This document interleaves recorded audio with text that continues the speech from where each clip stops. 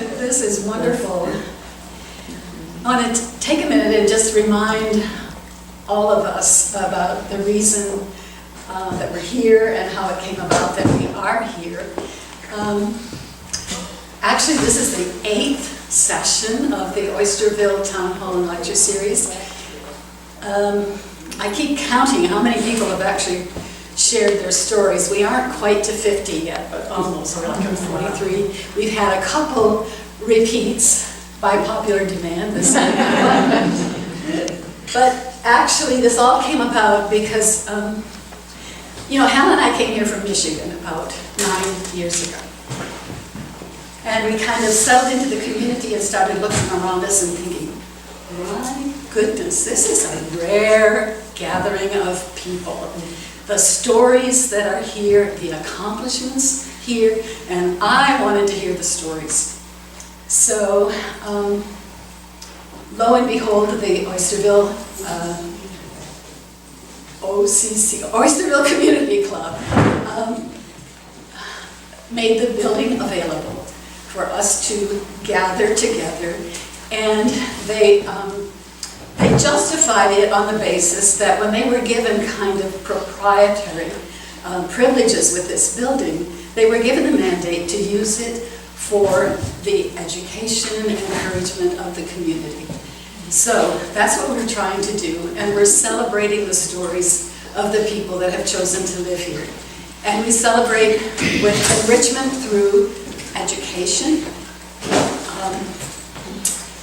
entertainment, which I think you're going to get a big dose of, and encouragement. And perhaps you'll get a little bit of encouragement too, so get out there and go for it, sort of thing. So please help me welcome Bette Lu Krause, Captain Bette Lu Krause.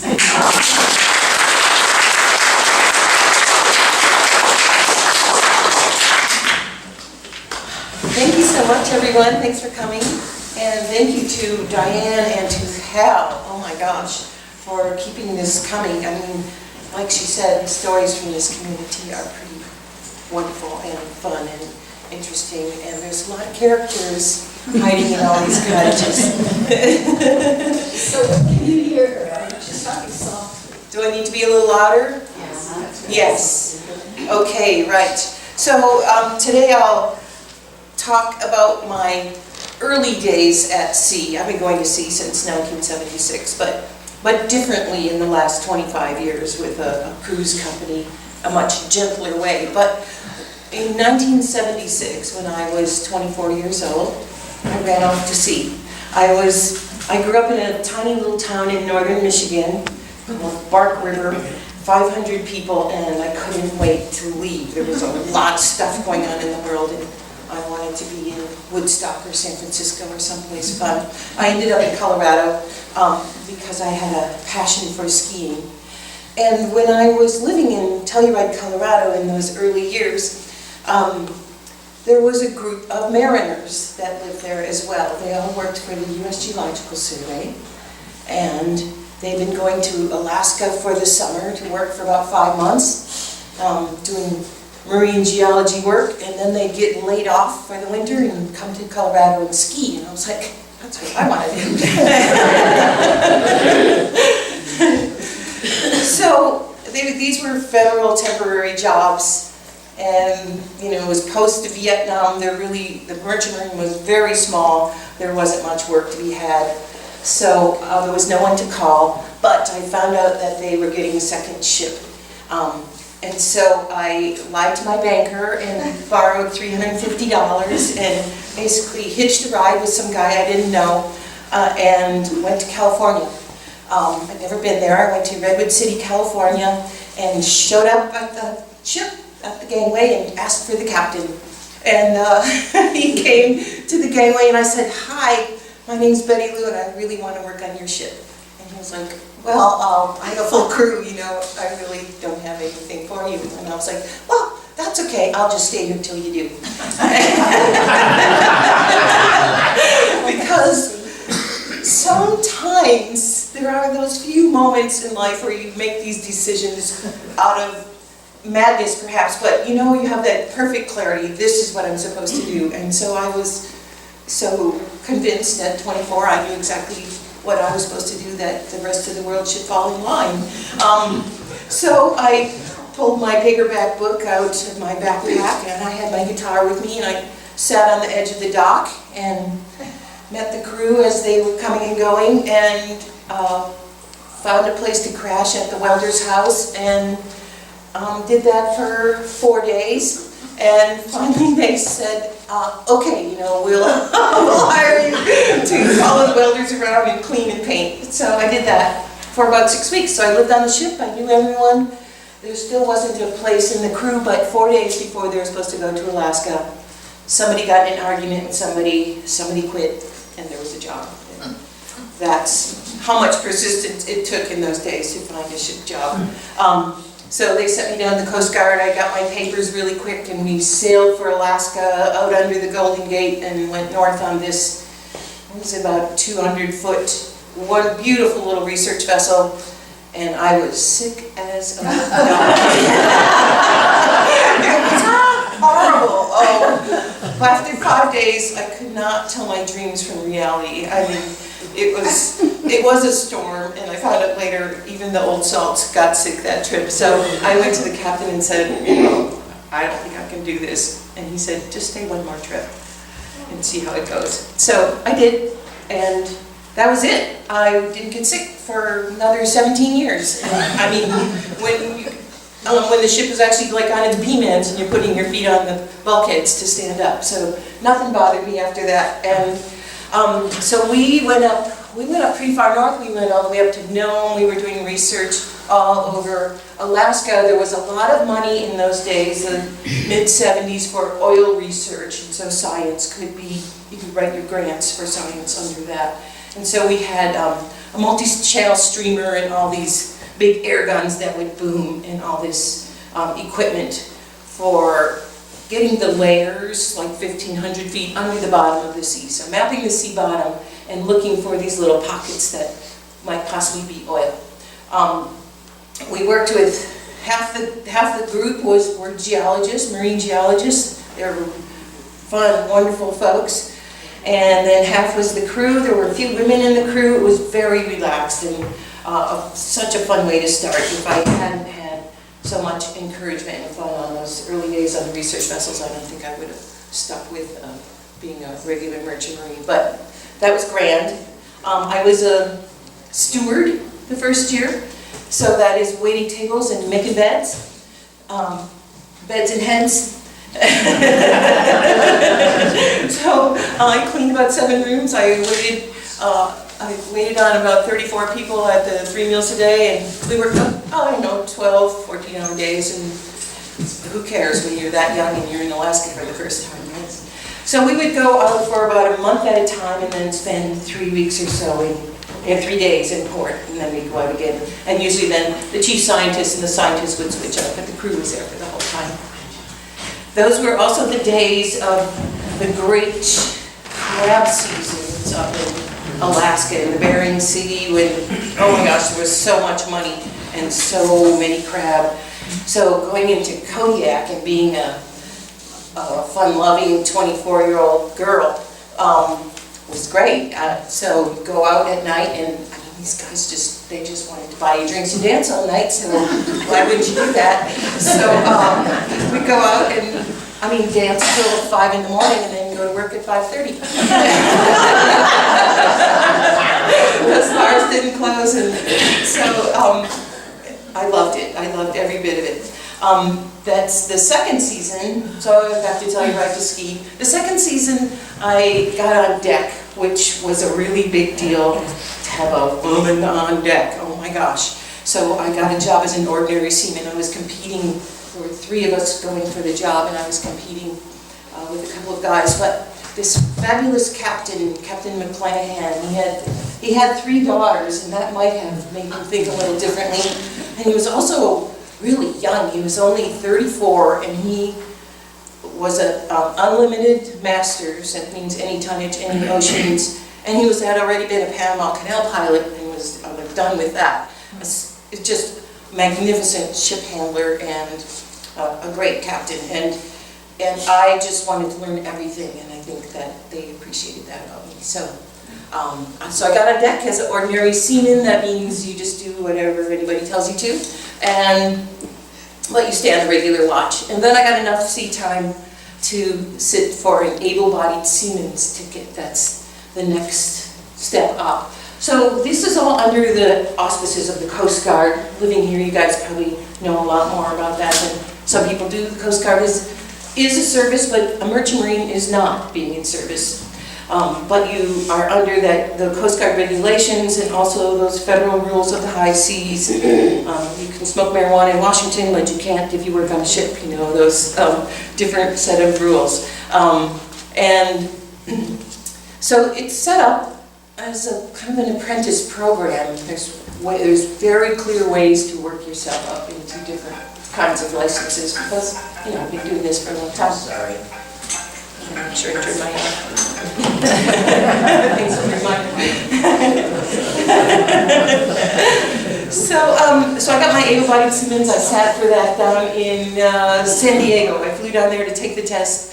And so to be Navy, you had to be a lifeboatman, which means you had to launch a big lifeboat and box the compass and how to paint a ship and how to fight a fire and how to steer a ship, because that's kind of what you do. I don't think they'd ever had a female take that AB's test in San Diego. That was, I think, maybe 1978 or something.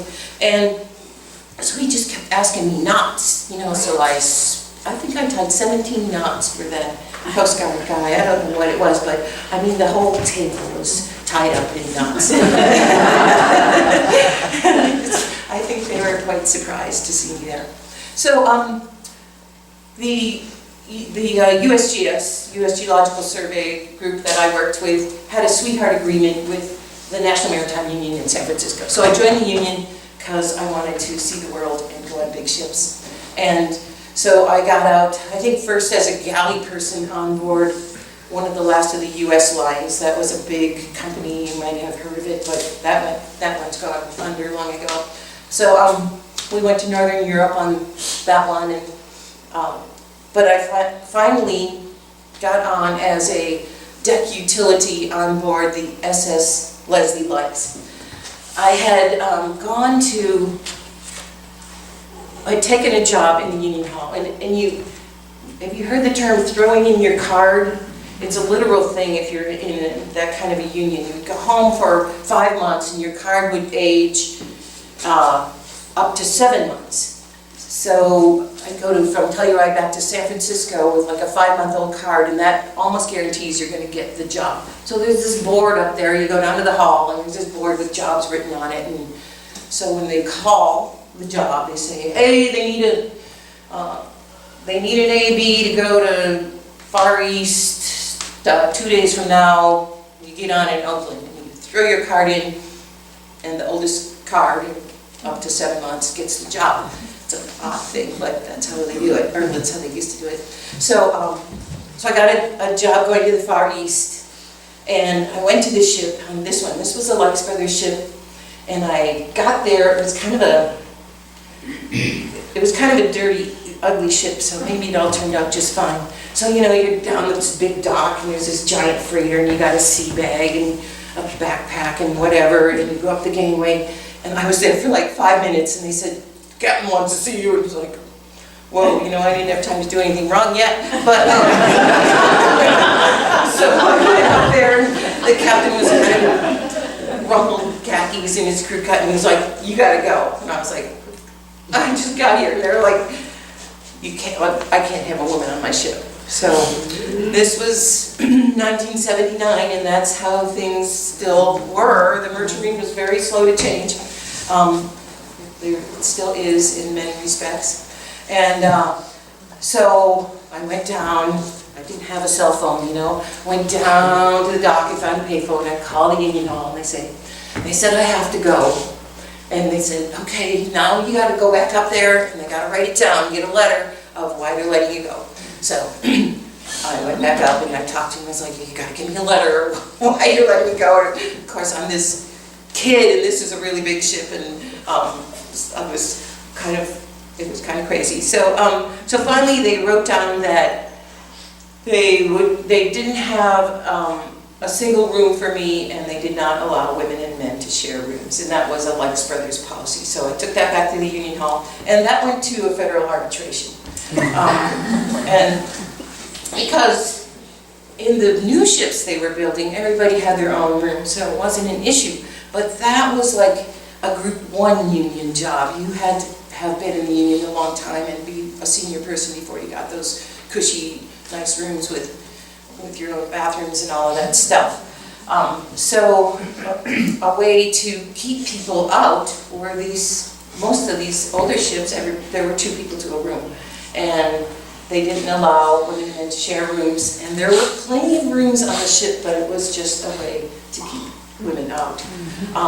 So what the arbitration did, it was National Maritime Union versus Likes Brothers Steamship Company, was to go ship by ship and say, and this is in your files, if a woman comes on this ship, in this job, this is the room she gets. So that was done in that federal arbitration. So I think that's my little...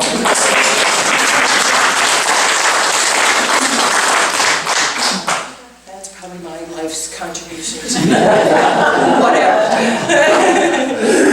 Women stuff. Although I definitely have inspired some young sailors over the years.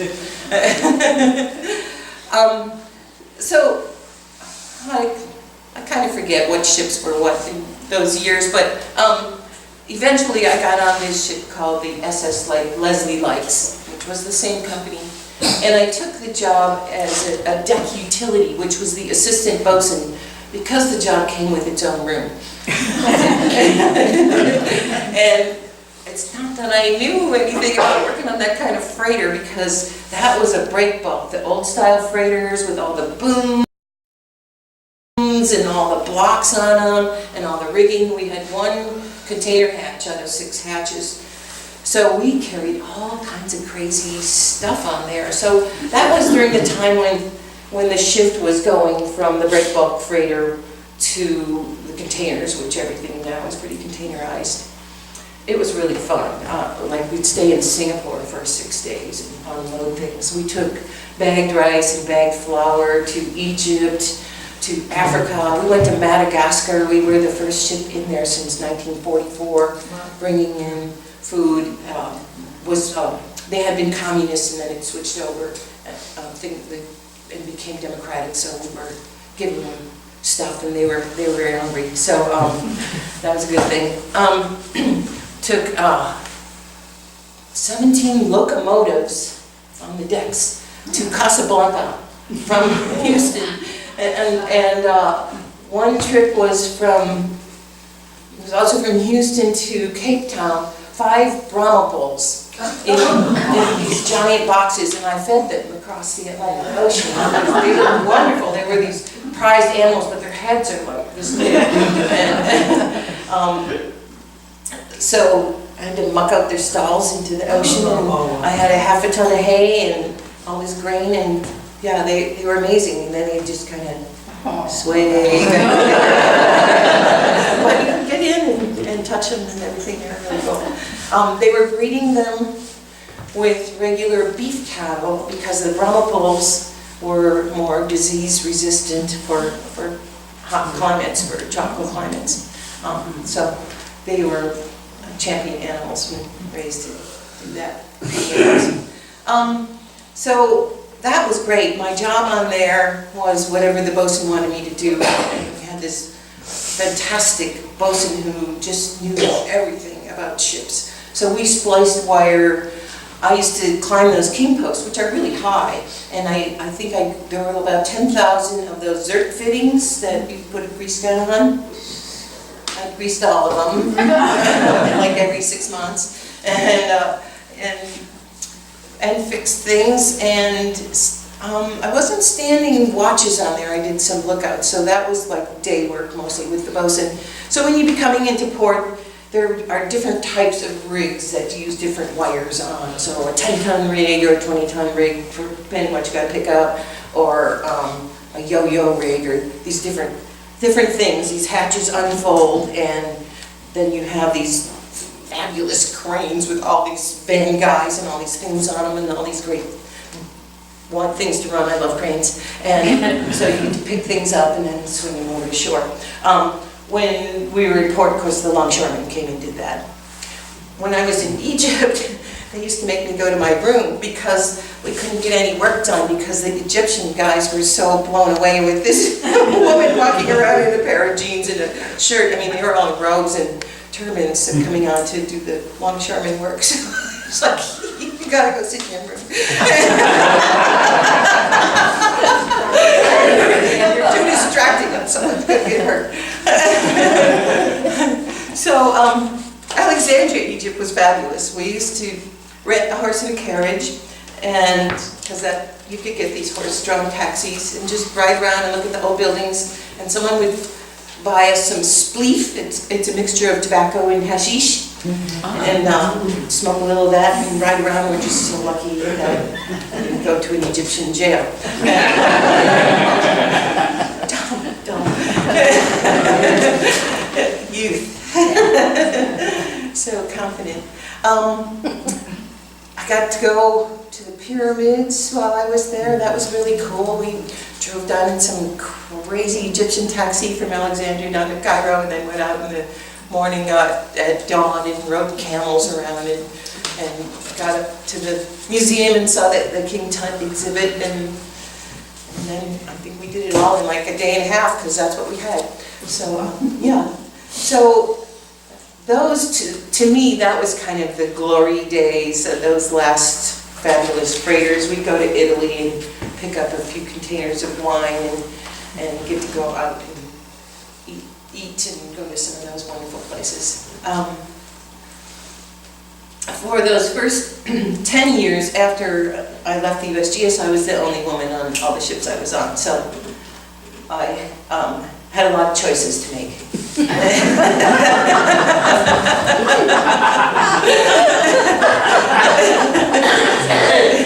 leave that at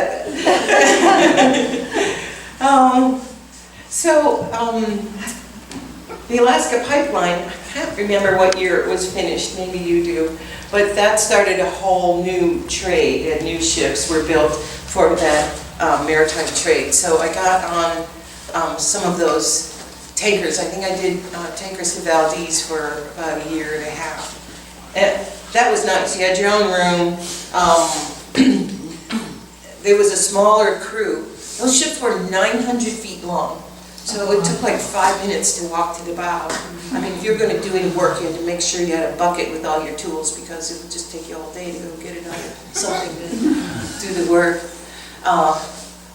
Some of the crazy things that happened there. Well, God, they used to have me steered. I was really a good helmsman.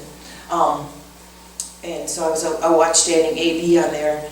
So just the house, if you've seen them, the house is way in the back, and you take an elevator, it's like 7 stories up. And steering this 900-foot thing, they wanted you to steer when you're coming into Cape Hinchinbrook, that's coming into Valdez, the channel there, within ½ degree. So when you're going to turn a ship that size, you put the wheel hard over, and then you wait for a little while, and then it starts to go, and we're talking about some tonnage here, and so then you go hard over the other way to check that swing, and so you really have to feel it out to get it stopped where you want it to stop, and so I was good at that, so they let me, they called me up to the bridge to steer when they were coming out of port. I remember one time, I don't know if we're coming into Hinchinbrook, it was sometime when I was on the wheel and the captain came in and he says, "Oh my gosh, did you hear that John Lennon died?" And I was just like, oh, man, I just left the wheel. He was like, oh, I'm sorry, I told you.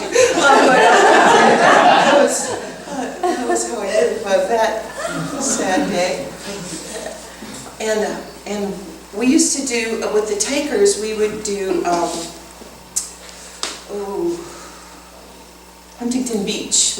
We'd take them down to Huntington Beach. We'd lighter sometimes in Richmond and, up by San Francisco. So we'd anchor out and a barge would come alongside. And then they'd lighter it, which means making it lighter so it can get into a dock. putting a bunch of oil in barge, and they take that to Richmond, and then we go down to Huntington Beach, and that's an offshore hookup there. They run those hoses, and then the divers come down and do that. And then every other trip, we would go to Hawaii, which was fabulous. So I did that classic thing of having a boyfriend in Sausalito, California, and one in Honolulu. It was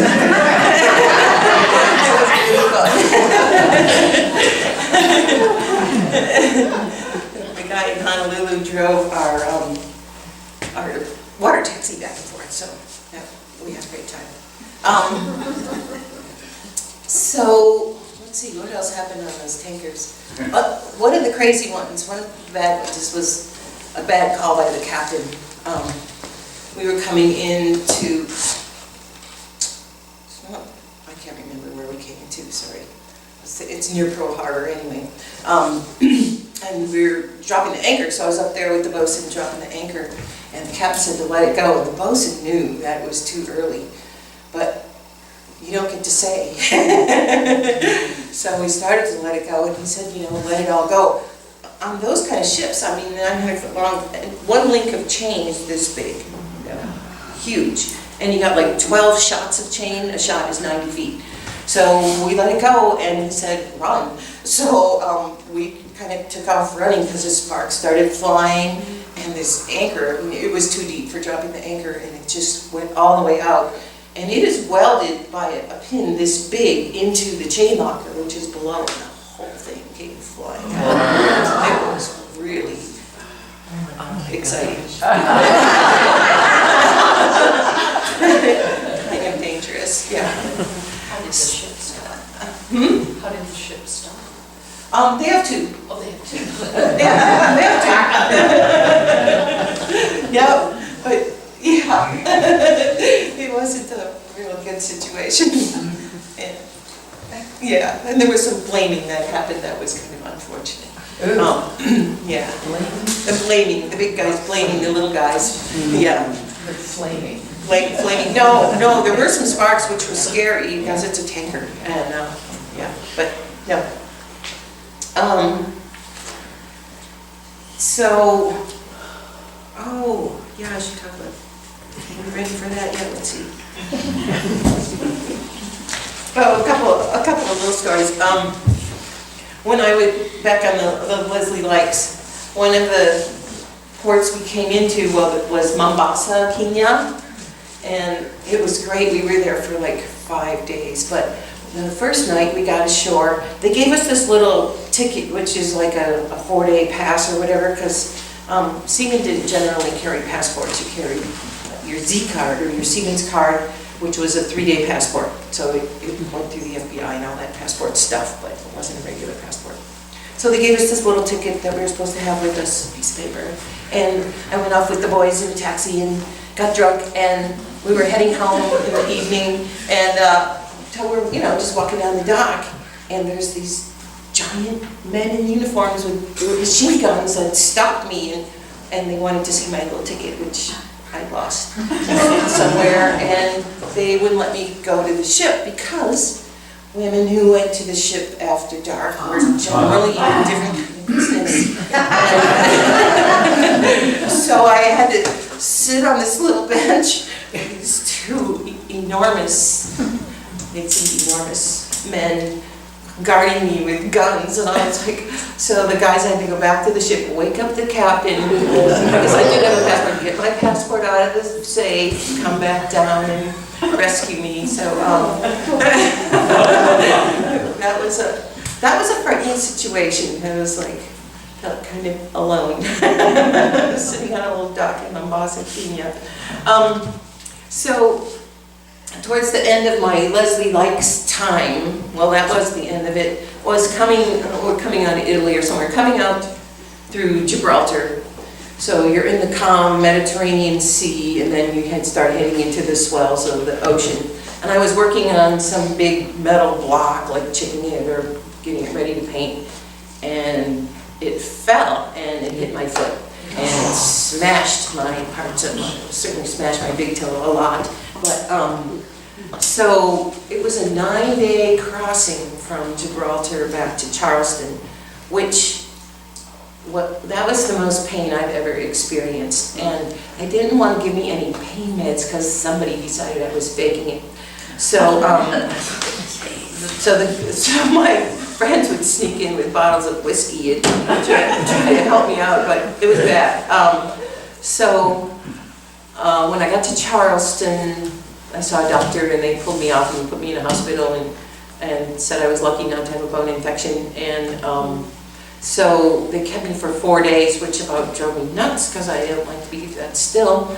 And then they released me to my mother in northern Michigan, so I flew up there. But she, found one of these little whirlpool things and that betadine stuff that was very popular for that sort of thing then, and we did that for a while. And I was on crutches for, I think, 3 months with that. So around the end of that, I bought a car and drove to New Orleans with my crutches and went to navigation school. I've been being an AB for 12 years. I had plenty of sea time to go get an officer's license. But you get in these ruts, and so it was time. So I had some friends in New Orleans that I stayed with. It was glorious. I don't know, I guess I went to navigation school about 4 months. Back then, I'm now, oh gosh, you almost have to go to an academy to get your officer's license. And if you work your way up, there's just a ton of classes. It costs now probably $50,000 to get a third mate's license with the courses you have to take and all the requirements.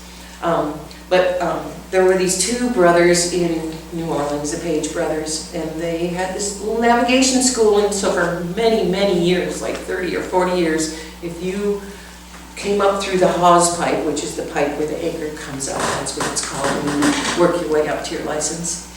You went to Page Navigation, and they helped everybody get through the Coast Guard license test, which the test was pretty serious. It's a 3-day test, and most of it you have to pass 90% or more to get your license. And so I was good at that kind of stuff, so I did very well and got my license. And at that time, a third mate unlimited license and 50 cents would buy a cup of coffee.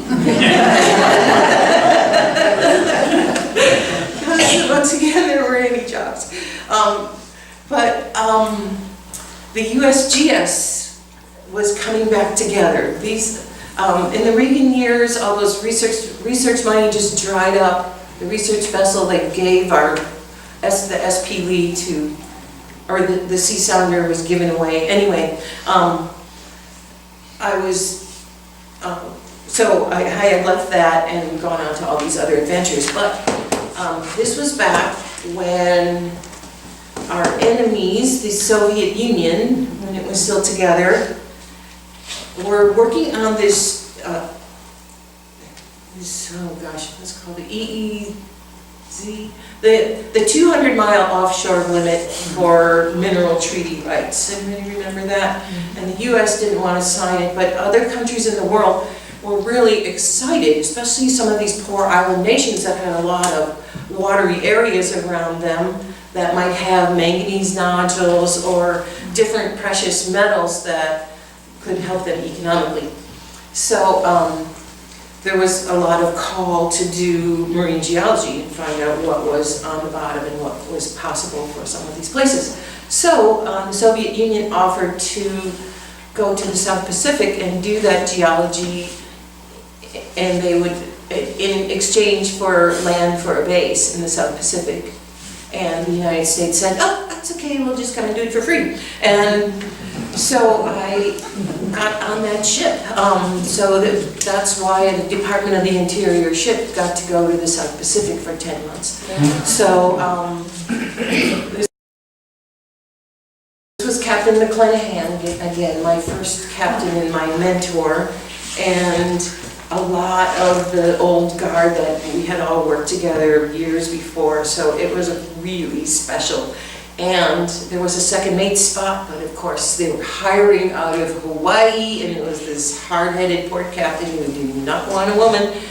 I called that man every week for like 3 months. And Captain Al finally wrote a letter. I should have tried to track that down. It was something like, Betty was totally qualified for this job, and I don't know why you're hesitating, and 3, someday we will all be working for her.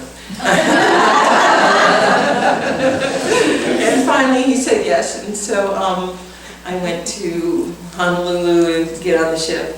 They'd already started out in Alaska. The whole adventure was called Pole to Pole.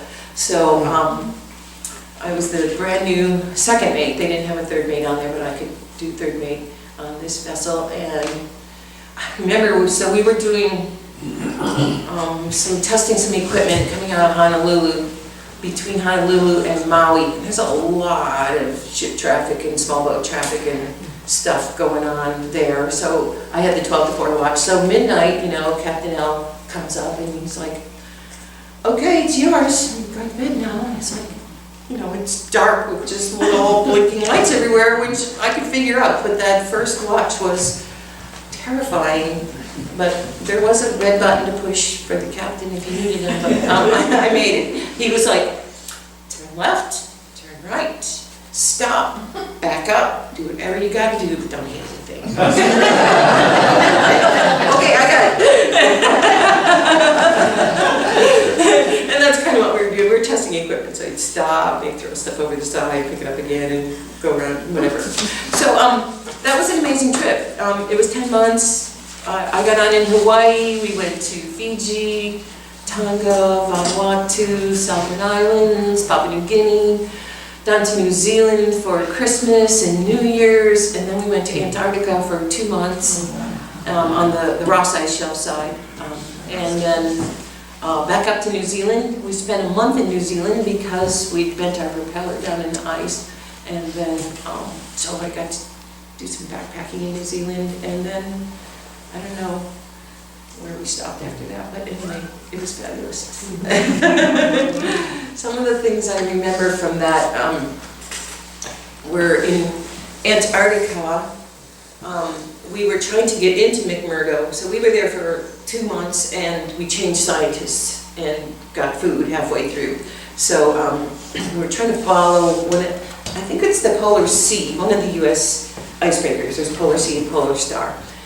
In to McMurdo, but there was too much ice, so they were breaking ice in front of us. We were about 10 miles away, and then, I mean, the ice was like, you know, as tall as this, and coming up and just pushing our little 200-foot vessel away. So, so we hung out at the ice edge, and they fueled us out there, and they brought our scientists and our food out to us at the ice edge. So it's about 10 miles from McMurdo. But we had run out of booze on our little ship here. And the liquor store at McMurdo Station is only open on Tuesday, So they sent me, the cute young second mate, in with the Icebreaker to McMurdo. It's like, yes, so to talk the commandant into selling me a case of liquor. And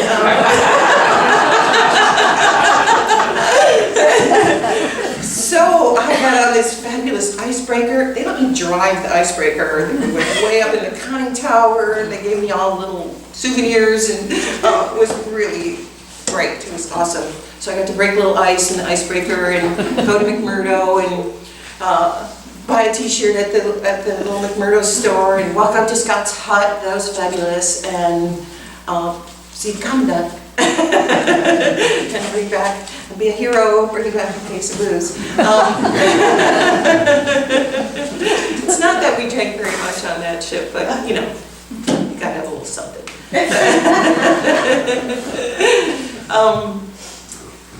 And yeah, that was Antarctica. A lot of what you do on the research vessels is just make grids, because you're trying to create these maps. So you just drive for 20 hours this way, and then come back 2 hours and go drive 20 hours this way, and just make these grids across the Bering Sea, and to the southern oceans, and you're just sending these really noisy booms down, boom, boom, boom, all day and all night, and they come up, and then those make little lines on these graphs. The computer was built by Magnavox on that ship, and it was about the size of this room. I mean, it would be like this now, but it cost $1 million. And while we were down there, we were also testing the prototype of the GPS. There were only like 3 satellites up there, and we had this little black box, because navigation is like crucial to doing good science of this mapping stuff. So for about 8 hours a day, we had this fabulous navigation. We were just thrilled. In other places, we had worked like in Alaska when we were using Omega and Loran. In Loran, there weren't enough Loran stations, so we actually had 2 guys in a helicopter who flew around and put up portable Loran stations on the mountains so we could get accurate signals and actually know where we were. And I mean, we could do normal navigation and radar navigation and know where we are well enough to navigate a ship, but to do the precise stuff for science, it took more men and materials and the best technology of the day. I would also do, we were a U.S. public vessel, so I would do weather reports 4 times a day, these kind of complicated ones on a really primitive computer, like all the cloud types and the wind directions and the swell and the sea and all those directions, you know, primary swells and secondary swells and stuff. And that would all get sent to Washington, D.C., and that's how they, at that time, before satellites, compiled the big weather maps that they sent out to all the ships at sea and to see where the weather was and where it was coming from. And so that was an interesting bit to all of that. Let's see. So, USGS, I stayed with them as long as we still had the ships, and then it all shut down from lack of money in around 84, 85, something like that. And I think the SPV got given away to the Mexican Navy, and then they were still doing a little bit of marine geology, but they were using the charter boats and actually foreign crews to do US geology, hey. So that was an amazing team and a great group of people in that time period, so I feel we're very fortunate to be part of it. Then I moved to Portland, Oregon, and decided that I had worked on tugboats, so maybe I should try that. I was trying to be in a relationship, so I wanted something that was not gone for 6 months at a time, which is pretty long. So I called them for every week for a year and a half. And there was a strike eventually, and I got a job with Maritime in Seattle. They were taking their masters and mates and making them management, and then keeping the unlicensed crew in the unions. And Foss had already done that, so I didn't feel so guilty as I might have for crossing picket lines. But so I got on with Crowley and worked harbor tugs, which is really amazing work and really competitive to get those jobs. So that was 3 years with them. So we helped dock the ships, do ship assist work, so you have a line up and pushing on ships, and then moving barges up and down the Duwamish waterway there, around West Seattle in there, and all over town. And Crowley was a really big company then. I don't know, they're probably still really big, but they had these big 9,000 horsepower tugs that they would use to do their Crudo Bay work. So we'd get these 400 by 100 foot barges ready by moving them from dock to dock and then getting all the right stuff on them, or they get filled with oil and then taken to Alaska. Old Man Crowley was the one who figured out how to get all the equipment up to Crudo Bay when the whole oil thing was happening up there, and the insurance companies wouldn't back them, and nobody believed in his idea, which was to build an ice-breaking barge and put 2 9,000 horsepower tugboats behind it. And then everything else, all these pre-built, like 10-story buildings built down in Brown and Root and all that. Louisiana, Texas built a lot of those. They'd come up on these 100 by 400-foot barges. And they would do 10 barges in a 9,000 horsepower tug. And then they would have these convoys with the ice-breaking barge and go up and sit off Point Barrow, where the turn is there into the Arctic Ocean, and sit off there and wait for a break in the ice. So they'd send a plane out and wait for a lead. When the ice would break, then they'd all convoy through all there and get everything up to Crudo Bay. And then they'd crawl these enormous buildings off of these barges and across the land. It was incredible. So I wasn't in that initial part right after when they were putting all these buildings, these saltwater treatment plants and stuff they built to work up there. But I worked 2 summers in Crudo Bay on tugboats. So I worked in Seattle for most of the year. And Crudo Bay is ice-free for 6 weeks a year. Wow. So you work really hard and you got to get a lot done. So I was on one of the small tugs. Crudo is actually really shallow. It's only about 12 feet deep in there. So they built a dock and they had a big crane, and I mean, it's pretty primitive. And then they had a bunch of anchor chains on this gravel causeway that they built out to get into a little deeper water, and this pile of double wide trailers and stuff, just kind of all stacked up with walkways between them. And you tie up your boat on the outside at night and you'd sleep in there. There was a dining hall, and it was pretty crazy. And of course, I was the only woman up there on those 2 summers. But you know, things had changed so far from by that time that it really wasn't an issue anymore. So I was a tugboat captain up there. I was a chief mate on tugboats the rest of the year in Seattle. And so the first year I was captain up there, I just ran out to the rigs, and so there was a couple oil rigs out there, and I had this, I don't know, 60-foot boat or something. It was really fun. And Rocky, my deckhand, and we'd gas it up, and away we'd go. We'd take pallets of food, and then we'd take people out there. We had this basket thing that people just hung on the side of.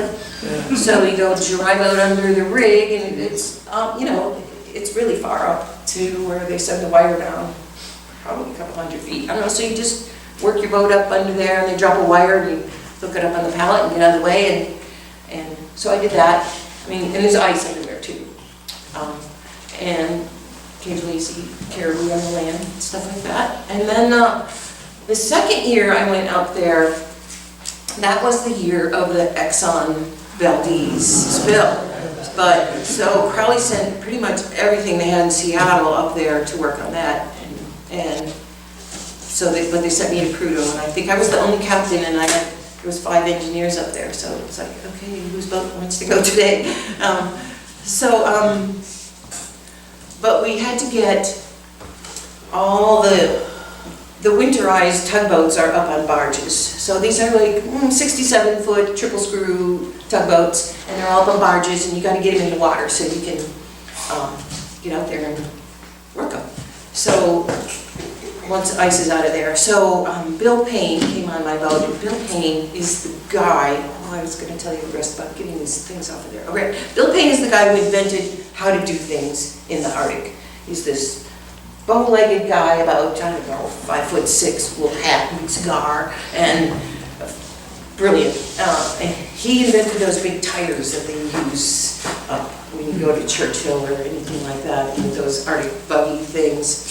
And he figured out how to get these buildings off of the barges that we were bringing up there. So when the big boats could only get in about 2 miles from Crudo, those 9,000 horsepower tugs I was talking about. So then we'd take this little fleet of little tugboats, little 60-foot tugboats with flat bottoms, out and grab onto this barge, and then there'd be one person on a radio out there trying to direct all these little tugs and remember their names, and run aground and then pull on it some more and bring it in, and then eventually they'd get it to that dock. And then we'd run around a little pump barge and pump seawater into the barge and sink it onto the bottom, which we had raked with a boat and this forklift and this big rake thing to flatten out the bottom earlier, so you had to punch a hole in the barge.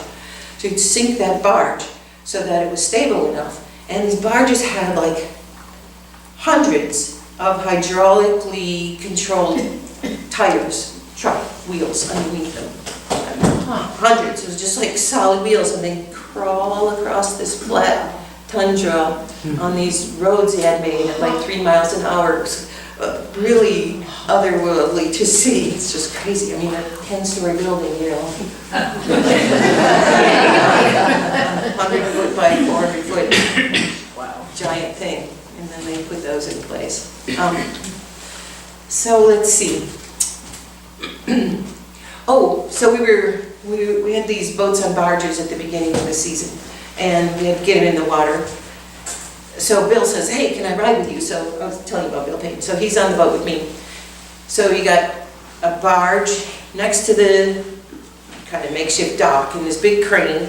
So the crane picks up a tugboat. It's big, you know, 67 feet, quite a few tons. And then I had one boat in the water, so you pull the barge out of the way, they stick the boat in the water and get it started, and then somebody moves it out of the way. So I have this barge with like 4 more tugboats on top of it. So you're supposed to bring it in, pick it up, and do this thing and, you know, get the operation going. So Bill's on his boat with me because I'm the untested captain of the season there. And I was trained in Seattle where you go easy, easy, everything. You're moving under bridges in the middle of the night with giant oil barges, and you want to get things next to the dock and stop with, you know, an inch of space in between it. And breaking things is just like big no-no. But in a place where there's 6 weeks of ice-free weather, it's a real rodeo. So there's a full-time welder, there's a crane, and you bend metal every day. So I'm just trying to impress the boss, you know, and move this boat into the dock real nice. And he's like, hey, Betty, can I drive? And I'm like, sure, Bill, you know. So he takes this triple screw and he puts all 3 of them all the way down. And at full speed ahead with the barge, and he just goes, slams it in there. It's like, pulls it out again. And I just was laughing. It was crazy. I mean, just crazy. It just doesn't matter. Just break things. And it was Alaska way. So that evening, I had Bill invited me to his table to have dinner. The boys, they had like a lot of poker nights. It was, you know, everybody's summer vacation to hang out with the boys thing. And so I had dinner with him, and he was like, now listen, Betty, he said, you know, driving tugboats up here, you take a feather and you stick it between the cheeks of your ass. And if it falls out, you're not going fast enough.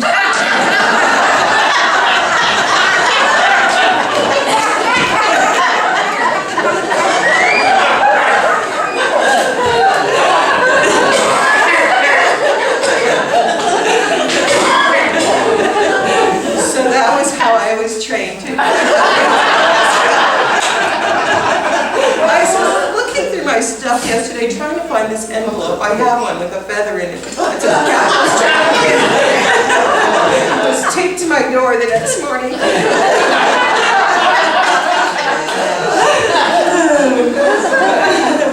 So yeah, that was Crudo. What else happened? It's hard to top that story. So let's see. Well, my last day in Crudo on the second season, last day at Crowley, we were going out. Let's see. I had a smaller vessel, I guess, maybe 50 feet. Twin screw, little square tugboat, and there was another vessel going out together, and we were going out to one of these gravel islands. So they just made these piles of gravel out there so they could do experimental drills, so they had to be maintained. So there were wells that were capped off, and whether they were good wells or bad wells, I don't really know, but they were points that they had drilled, and they were on small gravel islands. And I'm big enough to put a trailer and a bulldozer and a few pieces of equipment on. So we had dropped some guys out there like a week before so they could do some maintenance on this island and on this well. And so we were picking them up. But it was kind of a fairly typical but a stinky day, you know, windy, foggy, you know, spray, kind of cold, Crudo Bay. on a nice summer day. And so we had a ramp barge. So you had an open barge with a ramp that went down so you could drive things onto it. So we put the ramp barge down and they were loading their stuff, but once again, it's super shallow. So my job, I was just pushing into the wind against this barge full speed ahead. And it's probably 5 feet of water in there, but to keep it up into the wind so you get them loaded. And when I pulled away, my deckhand comes up and he says, you want to take a look at this? And so there was, you could look down through these hatches and there was already a foot of water in the engine room. And it was like, okay. And we just started going down by the stern really fast. And so we lost the lights, lost steering, but we had these other guys there, so I called them and said, I'm sinking, I'm going to come alongside your barge. And so they slowed down, and so I could steer with the engine still, and slammed up against their barge, and there was probably this much water in it by then. But we tied it off with lines and called home base, and the boss came with a pump, a submersible pump, and he pumped it out and took it back and picked it up with a crane. And working in the mud like that, there's a packing gland and it has actual packing, like this cotton permeated stuff that seals the water out. And when you're working in mud, it's really hard on those kinds of things. And the whole packing gland blew off up against the engine. So you have the propeller shaft that goes through the hull, right? And so there was a big hole around the propeller shaft when we lost the packing gland. So a lot of water came in. So Bill told me I could go home, so I did. I got a plane the next day and went home. And then a couple days I was home in my wonderful Portland house. I remember I had breakfast and waffles and fresh squeezed orange juice and a bunch of friends over, and just it was a beautiful morning in Portland. And we're in the middle of this breakfast, Crowley called and said, you got to come back to Crudo. And I was like, I'm even home. I mean, my clothes weren't even dry. 2 days. And they were like, I was like, well, if you don't come to Crudo, you'll be terminated. And I was like, okay, thanks, bye. And so I just I just quit my job to my friends, and they said, oh, what are you going to do? And I said, I'm going to eat my waffle. So that was the end of that. Let's see. After that, I got a little job on a vessel called the Portland Rose. There's a fancier one now, but this was a paddle wheeler. And so I was captain on the Portland Rose for, I don't know, a year, I guess. Or probably not quite a year because they closed it down after October. And paddling up and down the river. We did little cruises, and we did weddings, and a lot of Christmas parties and office parties and things. And we did, they would cater it so we could see about 60 people. And one of the deckhands was a reverend, so we could do weddings on there. And, so that was kind of fun. So we'd be tied up at night and go home. That was kind of a new experience. And one night I was down at River Place in Portland. That's where we tied up. And one of these vessels came in, and it was one of the Lindblad Expeditions vessels. Out of Seattle. It was a windy night, so I walked over to help them catch their lines for them, and started talking to some of the crew, and they needed a chief mate, and they were going to Mexico for the winter, and it was October, and I needed a job because the Rose was going to tie up, and so that was in 1992. I went to work for Lindblad. Lindblad, who's now partnered with National Geographic, and I think I just retired from there last week. So, yeah, I went to work for Lindblad as a chief mate, lots of time, lots of trips up and down the river. Fabulous place to make sure you are a really good navigator. Just work the Columbia River and the Snake River. We would go all the way up to Clarkson. So challenging navigation was great, and getting through all the locks and all that stuff. and then Mexico in the winters. And then I realized once I got there, I actually finally found my people, which I considered the naturalists. I just love hanging out with the naturalists. So I worked my way into an expedition leader's job with them, and eventually a naturalist position, which I just got off the ship a week ago, so yeah, in Alaska. So that's my story. I'm sticking to it.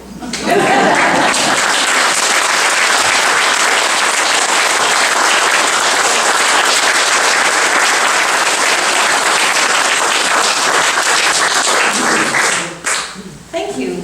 Yes. I have two questions for you. One is, just climate-wise, is Crudo still only ice-free about 6 weeks? Good question. I don't know. The other question I can... It's probably not, because things are really melting up there. Yeah, these are different. Yeah. But what about, were you doing any of your wonderful art during this time? I know it's a whole other story. Yeah. Yes, but later, not on the big ships, but you know, when I would travel, I used to love to sew, and I still love fabrics. I'd actually travel with a little featherweight sewing machine and shop for fabrics, and because I was on for 6 months, bring stuff with me. But I wasn't doing much actual sketching. I did sketching and painting off and on my whole life, but I didn't really start with acrylics until around 2000. So that's been much more serious since then. Yes? Okay, a comment and a question. The comment is, you certainly are an example of how persistent a are. And the other one is, with all that time at sea, were you ever in a situation where you actually feared for your life?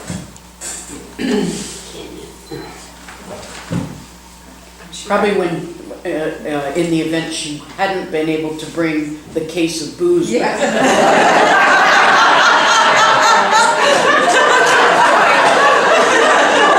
They might have thrown me overboard, right?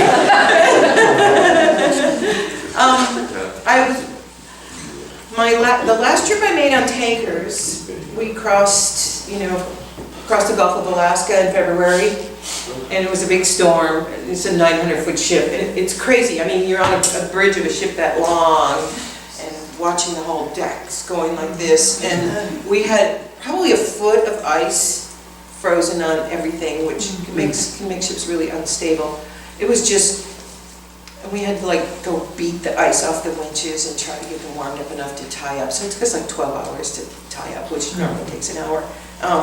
So I didn't fear for my life, but for my toes and fingers, and that was it for me for those tankers. One of my first trips to Alaska was up in the Aleutians. I think it might have been near Kayak Island. That's where Vitus Bering was ashore. We had to hide from 100-mile-an-hour winds in our little research vessel, and there was a triangular boom that you put out when you were running gear off that side, and it was loose, and it was slamming around and could have done a lot of damage to the ship. So the captain said, well, you can go out there and tie it down, which, so it's dark, it's blowing really hard, and you got to get a line around it right at the right time and get it in there so it doesn't take your fingers with it. So that was scary. With the rest of the crew peering out the out there, not the rain gear, trying not to blow off the side. But I mean, my tugboat almost sunk, but it didn't, and I don't think so. I have nightmares about dying at sea, but I think I'm going to stay home now. So maybe that won't happen. Bette Lu, did you say you have decided you are retiring? Well, I've decided a lot of different times, haven't I? So we'll see how it stands, but I'm pretty close. Yeah. I canceled the last trip that I had booked, so yeah. On the National Geographic boats, are those the ones that take the commoner out with them as a cruise? We take guests. Because Yes. I have a friend that has done other cruises and has done those and says, I'll never go back and do the other ones, I will only do, but they're very expensive, but she says it's just this unique experience. Linda partnered with National Geographic about 14 years ago.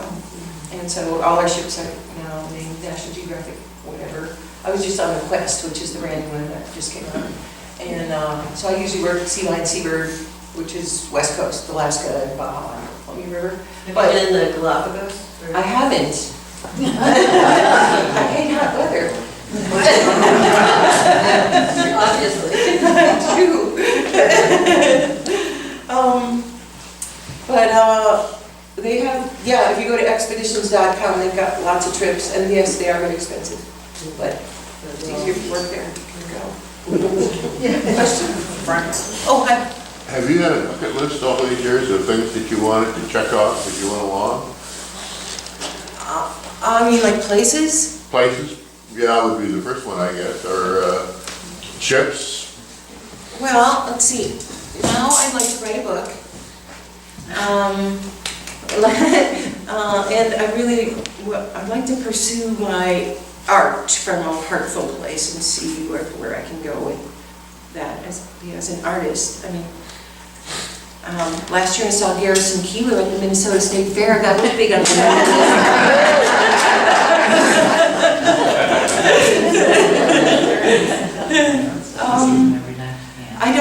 I don't have one. Do you? Well, when I was fishing, my running partner and I had an ambition of putting into every port on the coast. Oh. And I never got into abandon, although my partner did. But I drove 2 more feet of water than he did, and I didn't want to bounce on the bottom of the bar. But that was pretty exciting. There's some ports we didn't go into that were, totally oil ports and things like that. Not really ports, but. I did own this boat called Oak Blue. It was a 1934 Lake Union Dreamboat. long. Yes. You're the first one that knew that ever. Really? Wow. Yeah, it was a 36-foot wooden boat, 1934 DJ's high. And so that was my midlife crisis. I was like, oh my God, I'm turning 50 and I haven't owned my own boat. So I bought a boat and spent time in British Columbia, overwintered at Alert Bay, and some of the native people up there. Neat place. Yeah, really neat place. So we can check that one out too, I guess. I'm glad I did it, because I don't know if I do now, yes. If you were a young person nowadays, how would you go about getting onto a boat? You know what you did. So much easier. Is it? Especially like with Lindblad, National Geographic, just go to expeditions.com and there are jobs. And you might start at the bottom, but that's how it goes, and work your way up.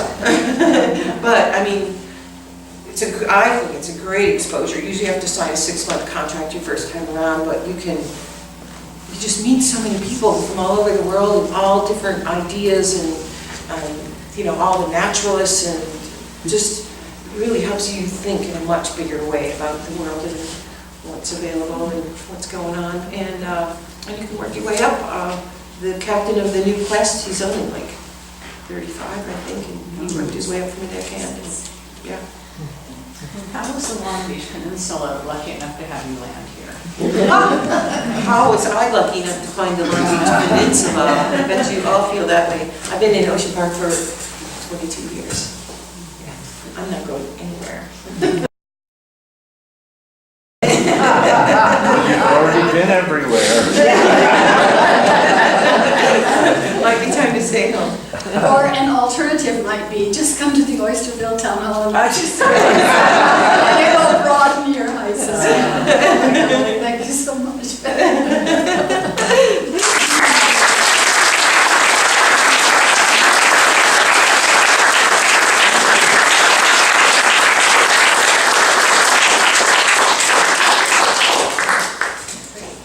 I confess that the rest of the series series isn't actually finalized.